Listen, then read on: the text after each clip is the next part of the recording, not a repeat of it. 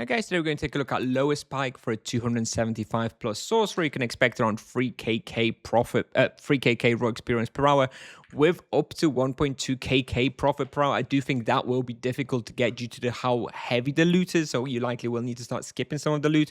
Also, this is quite heavily dependent on the market values of the weekly delivery items on your server. So on some older servers, this will probably be a little bit lower. Nevertheless, this is an excellent profit spawn. I can definitely guarantee it. You should be able to make at least like 1kk per hour here on this level, as long as you're making that 3kk raw per hour. Now for this is a 14-minute analyzer because actually somebody entered the respawn towards the very end of the hunt, so I think you might see that in the video at the very end, so I had to finish a little bit early.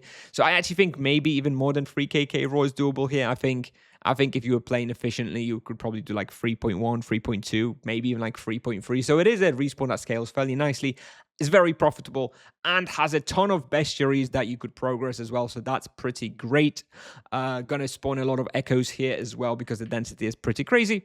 Anyways, the character I had here was level 270 with 95 magic level. It's mostly just mana potions. Here is the equipment and imbues I had equipped. Make sure to pick up the Dwarven Ring. You do need Dwarven Rings here, or the trinket that provides a drunk immunity.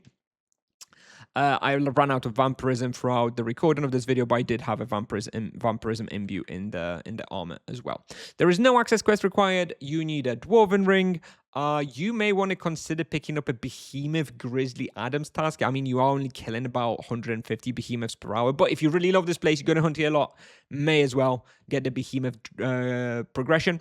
Charms, really not applicable. There's too many monsters. I wouldn't really worry about it. Wheel, Tier 1 Death Echo, Death Rotation, Death Echo into Great Firewave. Pretty nice. Yeah, pretty simple. Now here is the lap you should be doing. I think in the video I may have been going down here and just doing a lap like this, a shorter lap. But I do know that this lap that I have drawn here, I stole it from Svar. Shout out to Svar.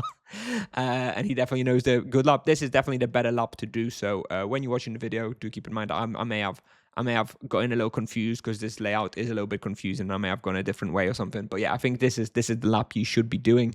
Those are the pulls you should be taking. This is the lowest floor, by the way, of course. I mean, if this is not obvious, yeah, this is the lowest floor, -8.